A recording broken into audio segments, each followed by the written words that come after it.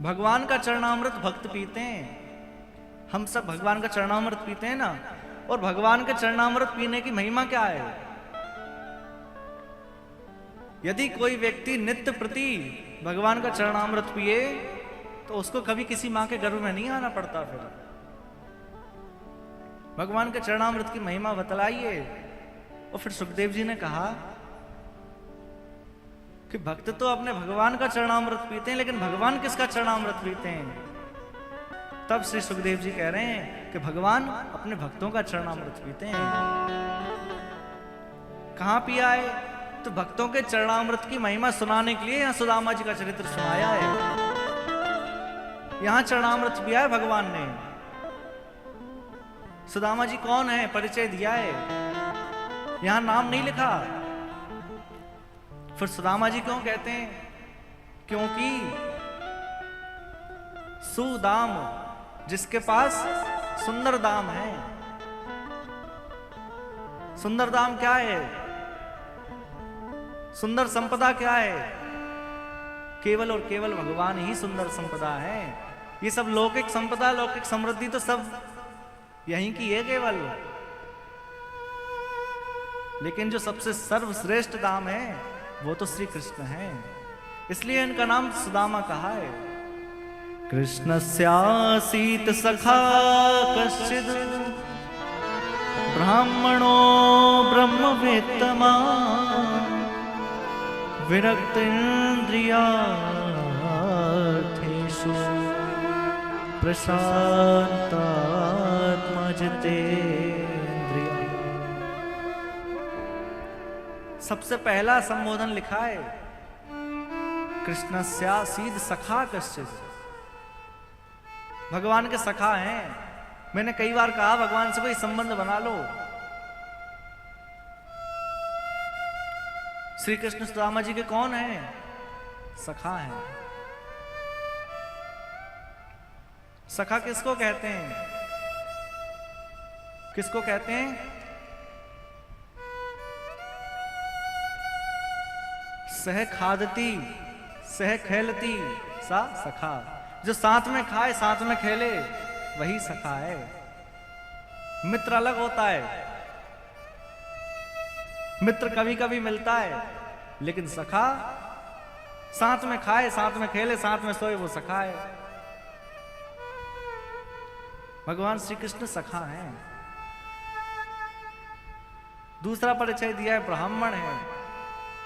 सुदामा जी ब्राह्मण हैं, ब्रह्मवित्तम हैं। 3 शब्द होते हैं, ब्रह्मवित्त, दूसरा ब्रह्मवित्तर, उससे भी ऊपर कोई होता है तो ब्रह्मवित्तम होता है। सुदामा जी ब्रह्मवित्तमा हैं, विरक्त हैं। विरक्त का अर्थ मैंने पहले दिन भी बताया था। ऐसा नहीं है कि विवाह नहीं किया। घर परिवार में कोई स्नेह नहीं है, कोई मोह नहीं है, कोई आसक्ति नहीं है। विरक्त हैं। अपनी इंद्रियों को जीत रखा है और प्रशांत आत्मा जितेंद्रिय है। प्रशांत हैं, बड़े शांत रहते हैं। नित्य प्रति भगवान के भजन में लगे रहते हैं।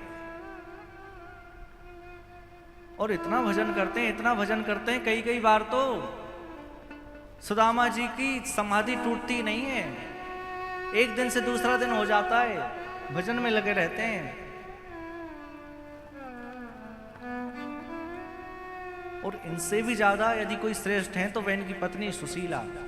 जैसा नाम है वैसा गुण है, अत्यंत सुशील हैं। ये नहीं कहती कि घर में कुछ नहीं है या घर में व्यवस्था नहीं है, बच्चों को क्या खिलाएं। आजकल की होती तो कहती कि जब घर में रखने की व्यवस्था नहीं थी तो फिर ब्याह क्यों करके ले आए। अरे जब घर में कुछ खाने की व्यवस्था ही नहीं है तो ब्याह क्यों कर लिया। लेकिन सुशीला जी कितनी श्रेष्ठ हैं। घर की बात बाहर नहीं जाने देती हैं। जो पुराने घर होते थे ना, उसमें ऊपर धुआं निकलता दिखता था। आपने भी देखे होंगे, जब भोजन बनता है ना तो ऊपर से धुआं निकलता था। तो आसपास के पड़ोसन, आसपास के सहेलियां पूछती थी, अरे सुशीला, आज आपके यहाँ भोजन नहीं बना? तो ये नहीं कहती कि हमारे यहाँ व्यवस्था नहीं है या हमारे यहाँ नहीं बना। क्या कहती हैं? आज हमारे यहाँ एकादशी है, इसलिए भोजन नहीं बना, आज सबका व्रत है। अब 4 दिन बाद फिर नहीं बना, फिर किसी ने पूछा, सुशीला जी ने कहा आज भी हमारे यहाँ एकादशी है। तो किसी ने कहा कि हमने तो सुना है कि 1 महीने में 2 ही एकादशी होती हैं, और तुमसे जब भी पूछो तो यही कहती हैं कि एकादशी है, एकादशी है। तो सुशीला जी बड़ी प्यारी बात कह रही हैं कि लोगों के लिए तो 1 महीने में होती हैं 2 एकादशी, हम पर तो भगवान की बड़ी विशेष कृपा है। 1 माह 2 पाक में 2 ही एकादशी होए, पर मेरे तो गोपाल जी नित्य एकादशी होए। हमारे यहाँ तो भगवान की विशेष कृपा है, नित्य एकादशी है। घर की बात बाहर नहीं जाने देती हैं। बच्चों को भूख लगती है तो चूल्हे पे पानी रख देती हैं, ढांक देती हैं, कहती हैं बेटा चावल बन रहे हैं इसमें, अभी भगवान का भजन करो, खिचड़ी बन रही है। भजन करते करते बच्चे सो जाते हैं, क्योंकि वो तो पानी उबल रहा है, उसमें कुछ है नहीं। अगले दिन नींद खुलती है। ऐसे कई दिन निकल जाते हैं। एक दिन सुशीला जी ने देखा कि सुदामा जी थोड़े भाव से बाहर हैं, भजन से अभी उठे हैं। जाकर कहने लगी, आप किसका इतना भजन करते हैं?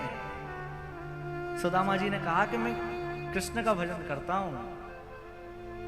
अरे आप कहते हैं कि कृष्ण आपके सखा हैं, आप कभी मिलने क्यों नहीं जाते? आजकल तो वो द्वारिका के राजा बन गए, आप मिलने क्यों नहीं जाते? और जैसे ही मिलने की बात सुनी, सुदामा जी की व्याकुलता तो और बढ़ गई।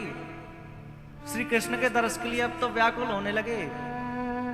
मैं चले तो जाऊं, मुझे श्री कृष्ण की कोई विचार नहीं है, लेकिन और सब साथी लोग क्या कहेंगे?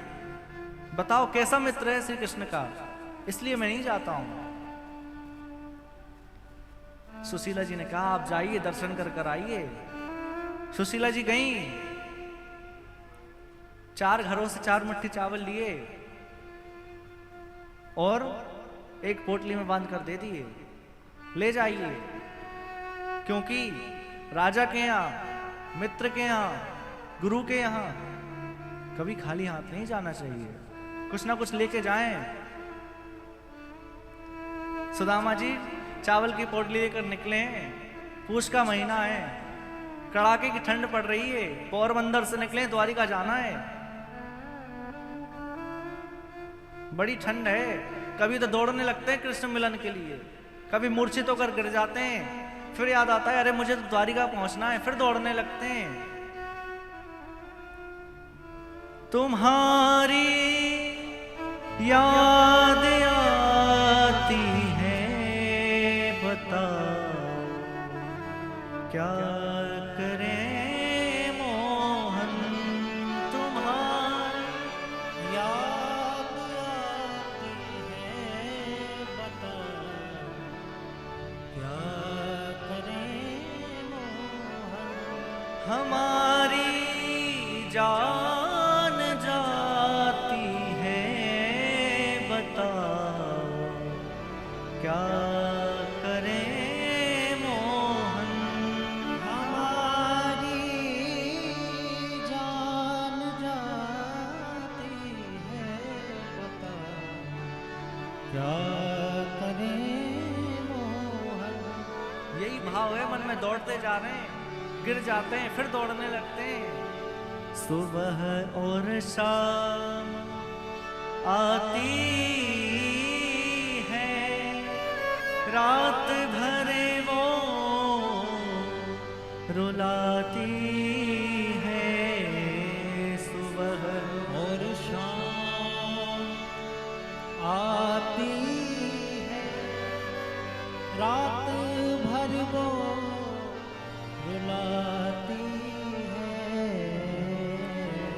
सुबह और शाम आती है, रात भर वो रुलाती है। सुबह और शाम आती है, रात भर वो रुलाती और चैन हमको नहीं आता, चैन हमको नहीं आता। बताओ क्या करें मोहन, तुम्हारी याद आती है, क्या करें। सुदामा जी दौड़ने लगते हैं। चलो जब वो न चलने दे, रुको जब वो न रुकने दे। चलो जब वो ना चलने दे, रुको जब वो न रुकने दे। और मिलूं औरों से न मिलने दे, मिलूं औरों से ना मिलने दे। बताओ क्या करें मोहन, बताओ क्या करें मोहन। तुम्हारी याद आती है, बताओ क्या करें मोहन। दौड़ते जा रहे हैं।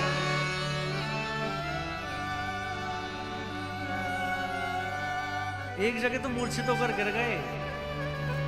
भगवान द्वारिका में भोजन करने के लिए बैठे हैं, प्रसाद पाने के लिए। जैसे ही ग्रास तोड़ा, मुख तक ले गए, लेकिन वापस रख दिया। गरुड़ जी को आदेश दिया कि जाओ, मेरा भक्त आ रहा है, जाकर लेकर आओ। गरुड़ जी गए, सुदामा जी को उठाकर लाए और कुछ दूरी पर लाकर छोड़ दिया। अब सुदामा जी मूर्छित से उठे, मूर्छा से, और देखा, अरे अभी तो मुझे बहुत चलना है, द्वारिका जाना है। थोड़ा ही आगे बढ़े, देखने लगे बड़े सुंदर महल हैं, बड़े विशाल महल हैं। किसी से पूछा, भैया ये कौन सी नगरी है?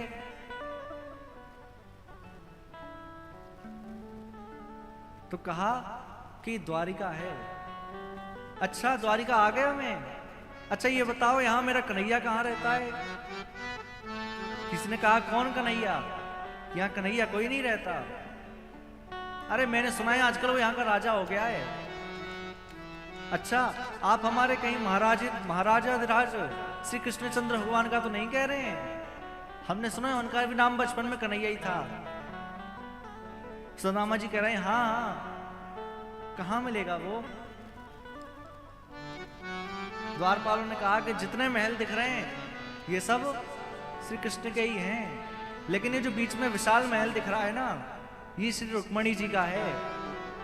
प्राय भगवान इसी में विराजते हैं, आप इसी में चले जाइए। सुदामा जी पहुंचे द्वार पर। लोग कहते हैं द्वारपालों ने धक्का दे दिया, गिरा दिया। नहीं, अरे कोई सज्जन व्यक्ति हो, उसके द्वारपाल भी कभी ऐसी गलत हरकत नहीं कर सकते, गलत कार्य नहीं कर सकते। तो फिर वो तो अनंत कोटि परब्रह्म परमात्मा है। कितना ब्राह्मणों का सम्मान करते हैं भगवान। क्या उनके द्वारपाल ऐसा करेंगे? नाटकों में दिखा देते हैं, सीरियलों में धक्का दे दिया, लेकिन धक्का नहीं दिया। हाथ जोड़कर पूछा, आप किस लिए आए हैं, आपका क्या कार्य है? तब सुदामा जी ने कहा कि मुझे और कुछ नहीं चाहिए, बस केवल एक बार श्री कृष्ण का दर्शन करना है।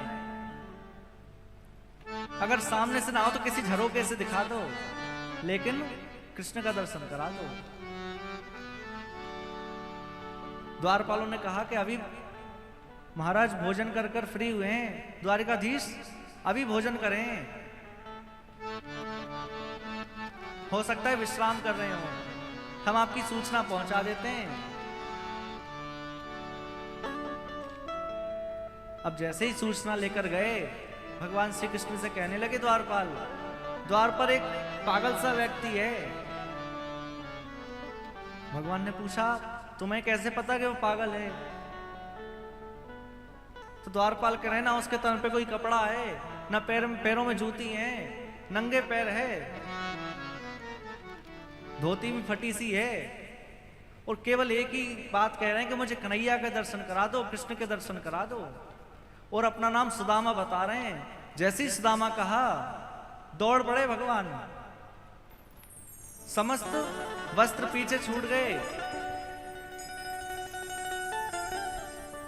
छत्र चवर सब पीछे छूट गया, मंत्री महामंत्री सब पीछे छूट गए, दौड़ जा रहे हैं भगवान।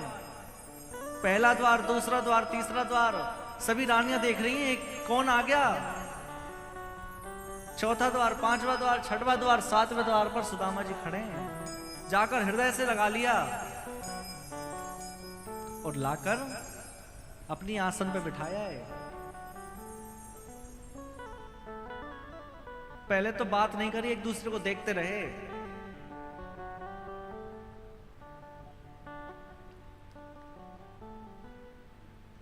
एक दूसरे को देख रहे हैं। वैसे तो मैं शायरी बोलता नहीं हूं कथा में, लेकिन प्रेम का क्या स्वरूप है जो यहां प्रस्तुत हो रहा है। ना सुदामा जी कुछ बोल पा रहे हैं और ना कृष्ण भगवान कुछ कह रहे हैं। आंखों ही आंखों ने मुलाकात कर ली, आंखों ही आंखों ने मुलाकात कर ली, रहे दोनों खामोश और बात कर ली। दोनों खामोश हैं लेकिन सारी बात हो गई। यह है प्रेम का लक्षण। भगवान ने चरण धोए और पूछने लगे, भाभी ने कुछ भेजा होगा। सुदामा जी अपनी पोटली छुपा रहे हैं। सुदामा जी विषय बदल देते हैं। अच्छा मित्र, तुम्हें याद है हम गुरुकुल में रहते थे, एक बार वन में फंस गए, बहुत जोर की आंधी आई थी, बारिश आई थी। श्री कृष्ण कह रहे हैं वो सब तो ठीक है, ये बताओ भाभी ने कुछ भेजा है? सुदामा जी कह रहे हैं तुम्हें याद है एक बार हमने चने खा लिए थे, मैंने चने खा लिए थे, हम वन में गए थे। भगवान श्री कृष्ण कह रहे हैं देखो विषय मत बदलो, ये बताओ भाभी ने कुछ भेजा है? और देखा पोटली छुपा रहे हैं, खींच ली पोटली और खाने लगे। एक मुट्ठी खाई, दूसरी मुट्ठी खाई, और जैसे ही तीसरी मुट्ठी खाने लगे रुक्मणी जी ने हाथ पकड़ लिया। प्रभु क्या स्वयं पा जाएंगे? हम सब में प्रसाद नहीं बांटेंगे, हम सबको प्रसाद नहीं देंगे। प्रत्यक्ष तो यही कहा और मनी मन कह रही है रुक्मणी जी, अरे क्या सब कुछ अपने इस ब्राह्मण को लुटा दोगे? पहली मुट्ठी में पहला लोग दे दिया, दूसरी मुट्ठी में दूसरा लोग दे दिया, अब क्या सब लुटा दोगे? आप भूल गए कि वो भी एक ब्राह्मण थे जिन्होंने आपकी छाती पर लात मारी थी, भृगु ऋषि ने। ठाकुर जी मनी मन कह रहे हैं कि देखो हम तो नहीं भूले, लेकिन हमें लगता है आप भूल गई हैं कि वो भी एक ब्राह्मण ही था जो हमारे पास संदेश लेकर आया था। अरे वो पत्र नहीं लाया होता तो चली गई होती शिशुपाल के संग। प्रत्यक्ष में इतना ही कहा कि हमको भी प्रसाद दे दीजिए। तब भगवान श्री कृष्ण ने सब में प्रसाद बांटा है। श्री कृष्ण ने कहा देखो मित्र, तुमने विवाह कर लिया, हमें बुलाया नहीं। सुदामा जी संकोच में भरे, कह रहे हैं व्यवस्था ठीक नहीं थी इसलिए नहीं बुला पाया। बड़ी सुंदर बात चल रही है। अब सुदामा जी ने सोचा इतना प्रेम दिखा रहा है, अभी से जाने की कहूंगा, जब 4 दिन बाद जाने देगा। अच्छा मित्र मैं चलता हूं। आप विश्वास नहीं मानेंगे, ठाकुर जी ने एक बार भी नहीं रोका। ठाकुर जी ने कहा ठीक है मित्र फिर आना। क्यों नहीं रोका? क्योंकि जब से सुदामा जी घर से निकले ना, सुशीला जी ने जल भी ग्रहण नहीं किया है, इसलिए ठाकुर जी ने रोका नहीं। अब सभी रानियों से कहा कि आके आशीर्वाद लो। आकर पहले रुक्मणी जी आई, मैं रुक्मणी आपको प्रणाम करती हूं। सुदामा जी कह रहे हैं अखंड सौभाग्यवती भव। मैं जामवती आपको प्रणाम करती हूं, अखंड सौभाग्यवती भव। अब 8-10 बार हाथ उठाया आशीर्वाद देने के लिए, देखा कि बड़ी लंबी लाइन लग रही है। अच्छा मित्र ये बताओ, ये सब अपने घर की हैं कि कुछ आस पड़ोस की भी हैं? श्री कृष्ण भगवान कह रहे हैं कि नहीं मित्र, ये सब अपने घर की हैं। कितनी हैं? अरे कोई 200-400 हैं क्या? भगवान ने कहा नहीं, थोड़ी सी और ज्यादा है। अरे कोई 1800 हैं? भगवान श्री कृष्ण कह रहे हैं बस थोड़ी सी और ज्यादा है। अरे मित्र क्या 10-12 हजार हैं क्या? श्री कृष्ण कह रहे हैं नहीं, 16,108 हैं। अब सुदामा जी कह रहे हैं अच्छा, मैंने एक विवाह नहीं किया, तुम ताना दे रहे थे कि बुलाया नहीं, तुमने इतने कर लिए, एक में ही बुला लिया होता। ठाकुर जी कह रहे हैं कि देखो विवाह तो इतने हो गए, लेकिन सब ऐसे हुए हैं कि शाम तक कोई चर्चा नहीं और सुबह तो बहू घर में आ गई। सारे विवाह ऐसे ही हुए हैं। अरे समय ही नहीं मिला कि कोई छप्पाएं संदेशा, कोई चिट्ठी पत्री छप्पाएं, समय ही नहीं मिल पाया। सुदामा जी ने कहा कि इन सब का आशीर्वाद तुम ही ले लो, क्योंकि इतनी बार तो हाथ उठाते उठाते मेरा यहीं गोविंदाय नमो नाम हो जाएगा। और फिर श्री कृष्ण को ही सुदामा जी ने आशीर्वाद दिया है और सुदामा जी चले हैं। जैसे ही अपने कुटिया की तरफ आने लगे तो देखा वहां कुटिया नहीं थी, बड़े सुंदर महल थे। पूछा कि भैया ये कौन सा नगर है? तब द्वारपाल ने कहा कि ये सुदामा जी का नगर है। अच्छा, आपके सुदामा सेठ जी कहाँ हैं? द्वारपालों ने कहा कि ये सुदामा सेठ जी नहीं है, ये ब्राह्मण है।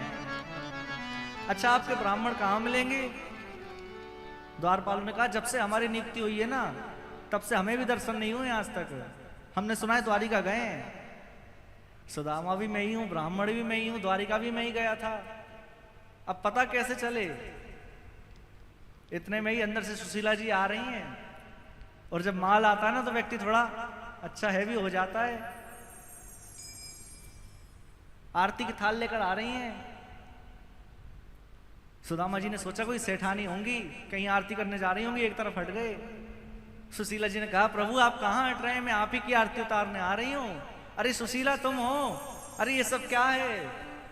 तब सुशीला जी ने कहा कि जिनके पास आप गए थे ना, उन्हीं का दिया हुआ ये सब प्रसाद है। फिर यहाँ भगवान भी प्रकट हुए। भगवान ने कहा है कि ये सब मेरे ही दिया हुआ प्रसाद है, तुम इसको ग्रहण करो, स्वीकार करो। तब सुदामा जी बड़े आनंद से रहने लगे हैं। श्री सुदामा जी महाराज की जय। बड़े सुंदर प्रसंग हैं। एकादश स्कंद में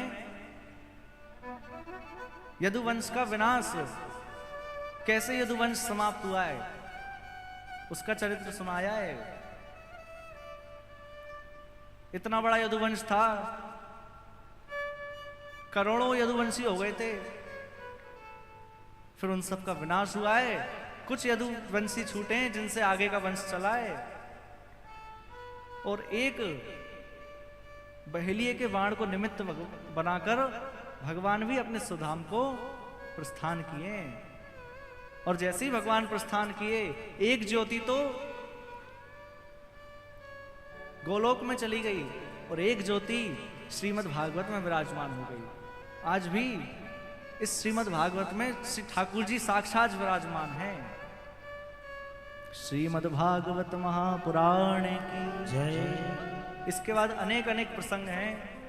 दत्तात्रेय जी के 24 गुरुओं की कथा है, नवयोगेश्वरों का संवाद है, बड़ी सुंदर कथाएं हैं। और आइए हम सब श्रीमद् भागवत के अंतिम श्लोक का स्मरण करें। अंतिम श्लोक पहले मैं कहूंगा, फिर उसके बाद आप लोग पुकारिएगा, क्योंकि श्रीमद् भागवत का संपूर्ण सार इस अंतिम श्लोक में है। सभी सीधे होकर बैठ जाएं और हाथ जोड़कर अंतिम श्लोक कहें।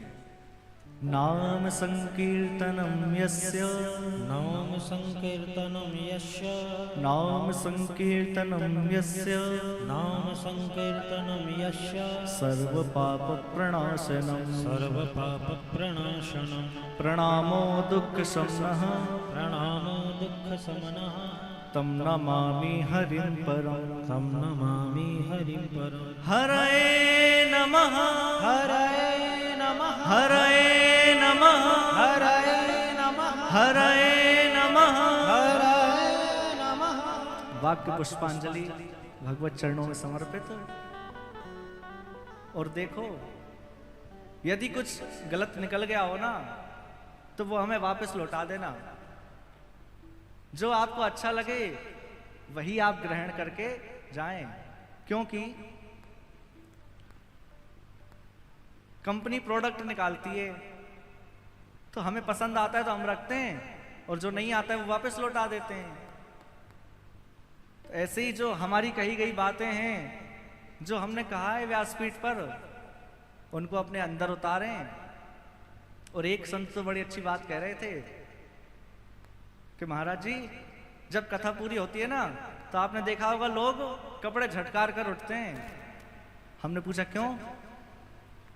उन्होंने कहा कि इसलिए झटकारते हैं कि लो महाराज, तुम्हारी सब बातें यहीं, सब झटकार के हम तो चले। ऐसा नहीं करना है। हमको जो यहाँ से व्यासपीठ से भगवान नाम का उपदेश मिला है, जो हमें भक्ति का उपदेश मिला है, और जो मैं बार बार कहता रहा हूँ कि भगवान से कोई ना कोई संबंध अवश्य बनाए, क्योंकि भगवान से संबंध होगा तो हमारा कल्याण निश्चित है। इसलिए भगवान से संबंध बनाएं, भगवान का खूब नाम जपें। और ये जो मैं आपको टिकट दे रहा हूं ना, ऐसे समझिए आप स्टेशन पर जाएं और आप जाकर कहें कि भैया हमें दिल्ली जाना है, तो वो आपको टिकट देंगे ना।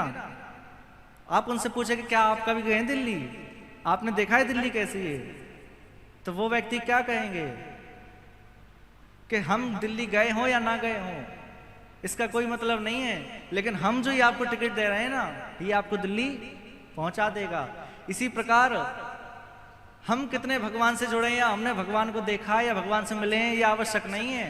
लेकिन हम जो आपको टिकट दे रहे हैं, इसमें अगर आप बैठ गए भागवत रूपी टिकट में, तो आपको भगवान अवश्य मिल जाएंगे।